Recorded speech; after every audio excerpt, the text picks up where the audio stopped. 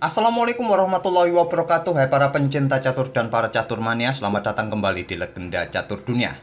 Kita akan mengulas lagi kawan game-game dari requestan para penonton setia Legenda Catur Dunia yang ada di kolom komentar kemarin.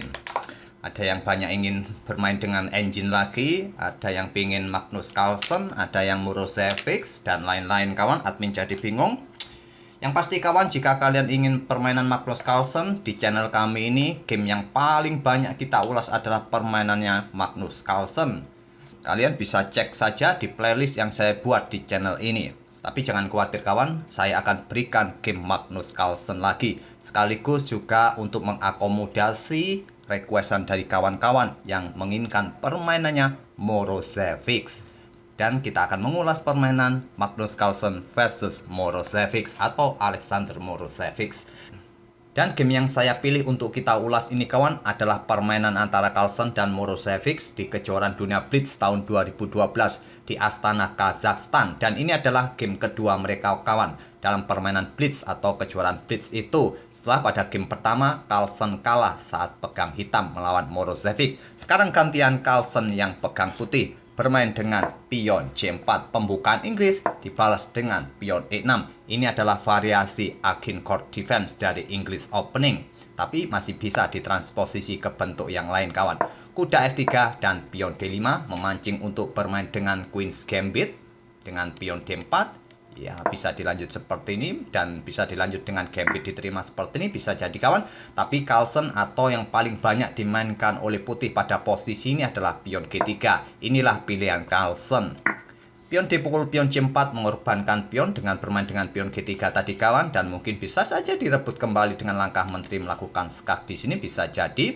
Tapi tidak dilakukan oleh Carlsen, dia melanjutkan pengembangan gajah G2. Dan sepertinya permainan mirip-mirip dalam bentuk Katalan nanti kawan. Pion C6, rokade oleh Carlsen, pion B5, dan pion A4 ingin merusak atau memperlemah posisi pion C4 ini kawan. Jika diterima nantinya masih bisa dipukul balik oleh menteri, dan pion ini lemah sekarang akan bisa direbut kembali.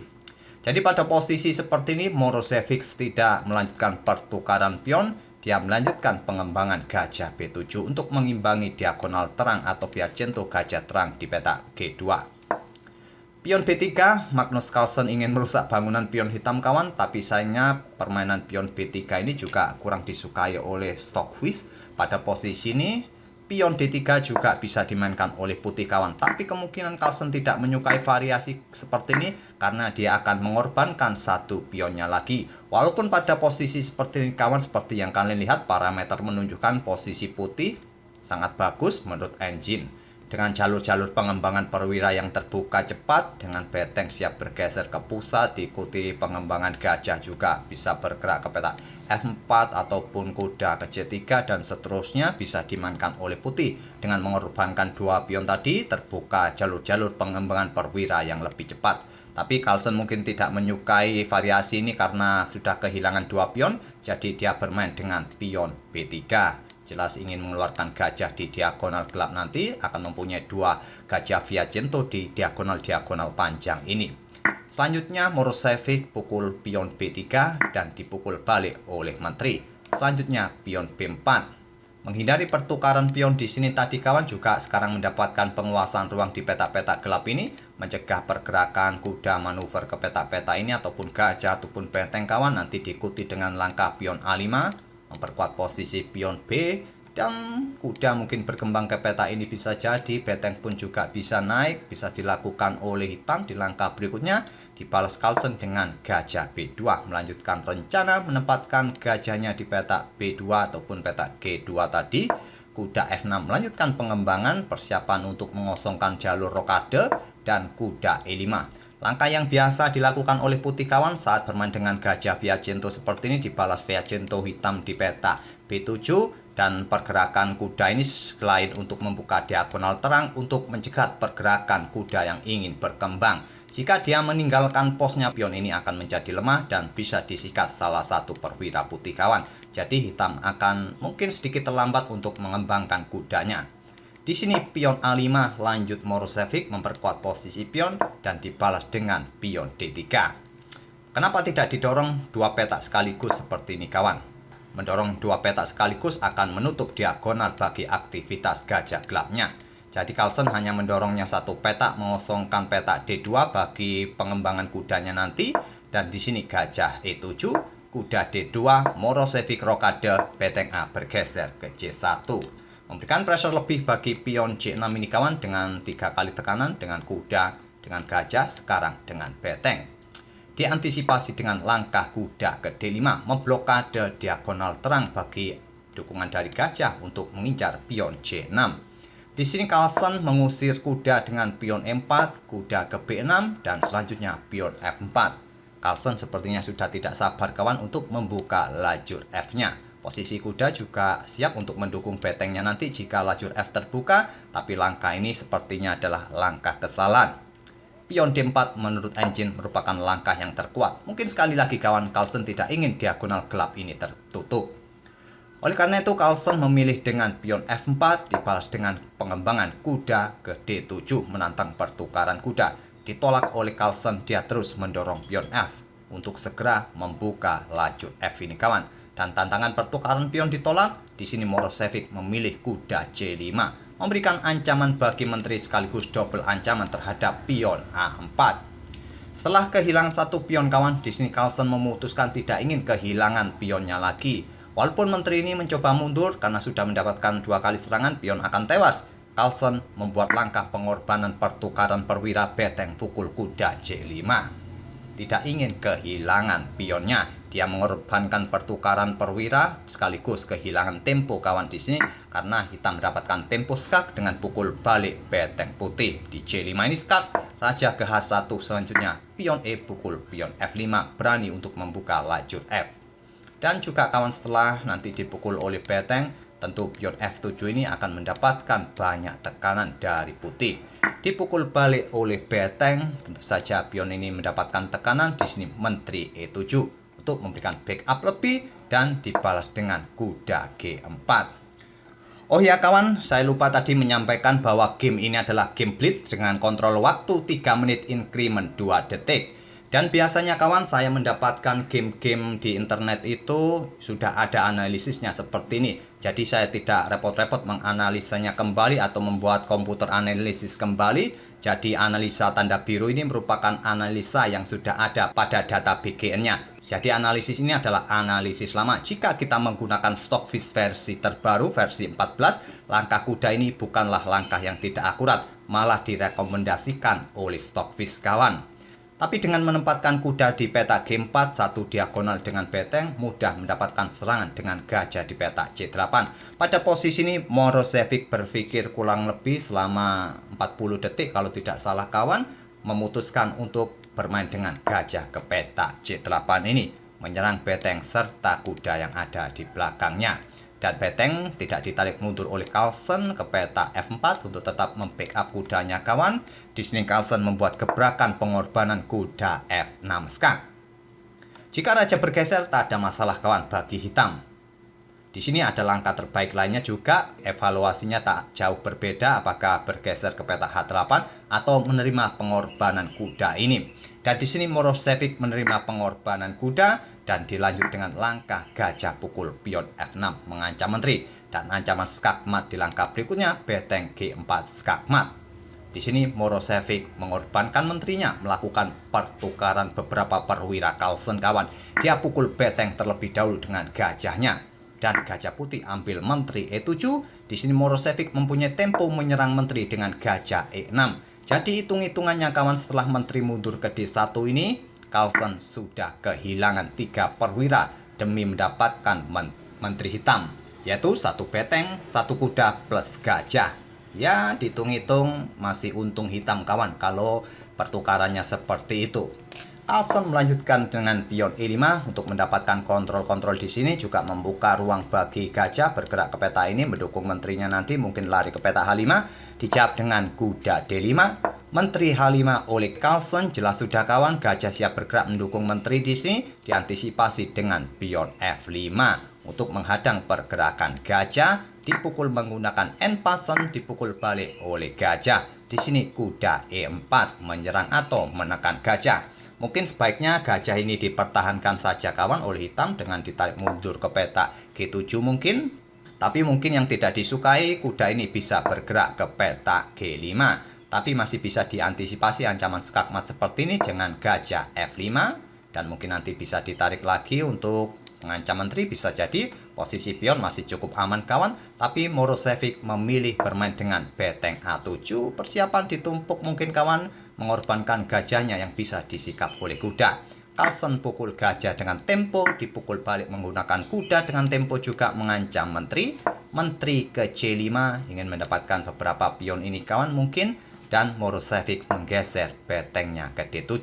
Sama-sama kawan memberikan ancaman bagi pion masing-masing di sini. Dan Carlsen memilih ambil pion A.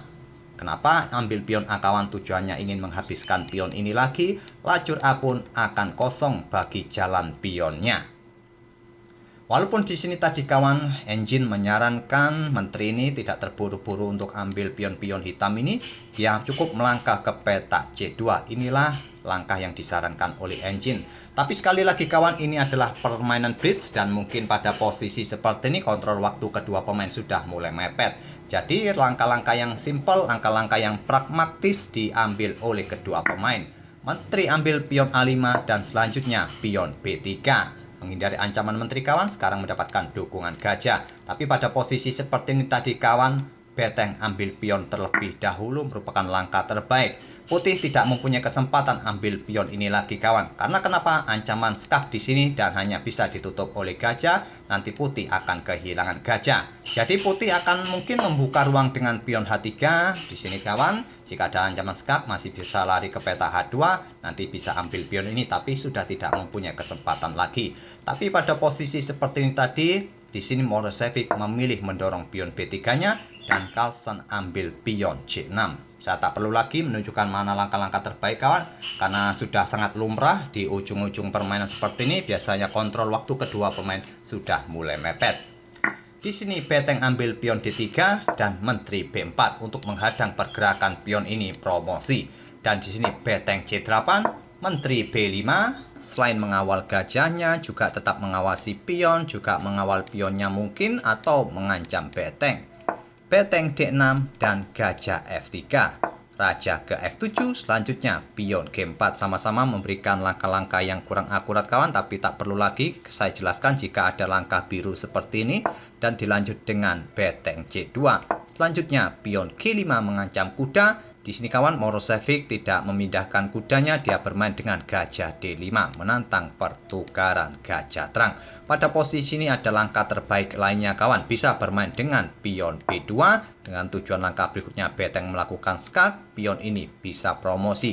Ini adalah langkah terbaik kawan. Tapi pada posisi seperti ini gajah D5 dimainkan oleh Morosevic melakukan pertukaran atau tantangan pertukaran gajah terang, diterima oleh Carlsen, skak dipukul balik menggunakan kuda untuk melepaskan ancaman dari pion putih ini. Jika memukul balik menggunakan beteng dengan tempo mengancam menteri juga kawan, menteri akan ambil pion ini dan para perwira hitam ini banyak masalah dari ancaman menteri ataupun pion di sini kawan. Dan kemungkinan permainan akan berakhir remis dengan variasi seperti ini.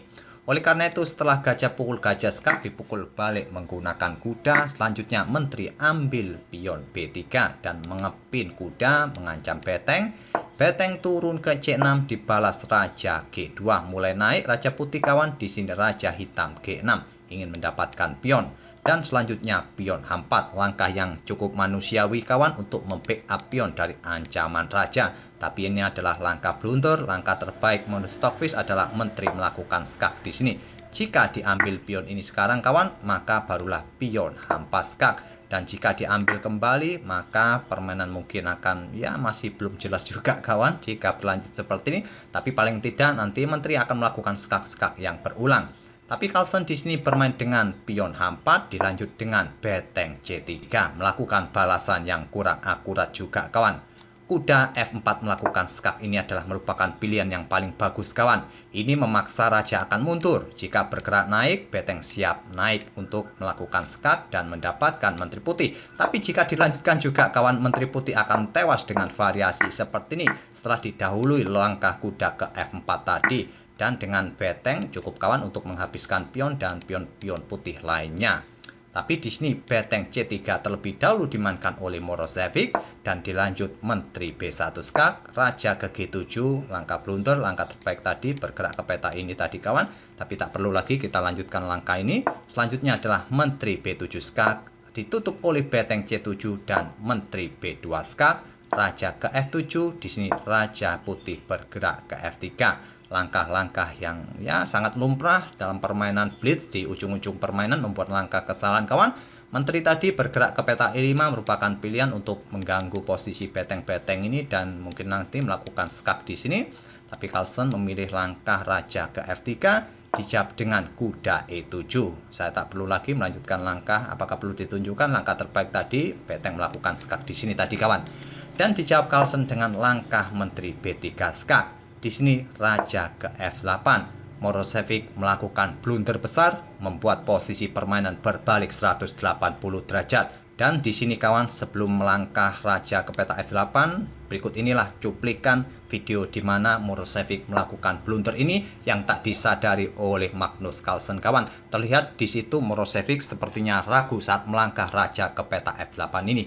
Tapi sayangnya Carlsen tidak menemukan langkah balasan terbaik untuk memetik kemenangan. Di sini Carlsen melakukan langkah raja ke G4. Langkah blunder juga balasannya. Mungkin kalian sudah tahu pada posisi seperti ini mana langkah terbaik bagi putih kawan, yaitu melangkah dengan menteri ke peta B8 skak dan mendapatkan salah satu beteng hitam. Jika ditutup di sini, beteng ini akan tewas. Jika raja yang melangkah ke peta ini kawan, maka beteng ini yang tewas. Ini akan memberikan kesempatan bagi Carlsen akan menang. Tapi sekali lagi, permainan ini adalah permainan blitz. Kontrol waktu kedua pemain sudah mulai mepet. Raja G4 dipilih oleh Carlsen dan Morosevic menyadari posisinya sangat berbahaya dengan menempatkan beteng satu diagonal ini kawan, yang bisa dimanfaatkan harusnya oleh Carlsen tadi. Di sini Carlsen bermain raja ke H5, langkah blunder kembali kawan, memposisikan rajanya pada peta yang sempit dan langsung dimanfaatkan dengan langkah beteng D4, membatasi ruang gerak raja agar tidak bisa kembali, kuda ke G6 dan ancaman skak mat nanti. Carlsen menyadari posisinya sudah sulit melakukan skak-skak yang berulang di sini kawan. Dan seperti yang kalian lihat, sekarang kuda lompat ke G6, satu langkah berikutnya ancaman skak mat yang sudah tak bisa dihentikan lagi kecuali melakukan pengorbanan menteri yang masih bisa dipukul balik oleh pion. Carlsen melakukan skak-skak yang berulang di sini kawan. Setelah skak ini masih berlanjut dengan langkah-langkah yang berulang, akhirnya ditutup dengan beteng F7. Selanjutnya menteri C8 ditutup oleh beteng, di sini menteri ke E6 skak dan di sini raja bergeser ke H8. Sudah tidak ada skak lagi kawan. Ke peta ini sudah ada beteng yang mengawasi, ke peta ini sudah ada yang mengawasi. Di posisi ini Carlsen menyerah. Tentu saja apabila permainan tetap dilanjutkan dengan pengorbanan menteri pukul kuda masih bisa dipukul balik oleh pion, dipukul balik, tetap saja putih akan kalah. Atau menteri memblokade akses beteng melakukan ancaman dengan melakukan pengorbanan di sini, tetap saja putih akan kalah kawan. Oleh karena itulah pada posisi ini Carlsen sudah menyadari posisinya sudah kalah dan waktunya juga sudah mulai mepet kawan, hanya tinggal beberapa detik saja. Oleh karena itu dia menyerah di langkah ke-57. Itulah kawan game antara Carlsen dan Morosevic di event turnamen kejuaraan dunia Blitz tahun 2012. Di event ini Carlsen kalah 2 kali. Rekor pertemuan keduanya ini kawan, Carlsen cukup bagus dalam permainan klasik, 3 kali menang dan 8 kali remis. Sedangkan dalam permainan rapid dan blitz, Carlsen atau Morosevic lebih unggul daripada Carlsen dengan 8 kali kemenangan, 6 kali kalah dan 7 kali remis. Dan semoga permainan dari kedua pemain tadi bisa mengakomodir requestan dari kawan-kawan di kolom komentar. Dan kita akan bertemu di video-video berikutnya. Terima kasih. Wassalamualaikum warahmatullahi wabarakatuh.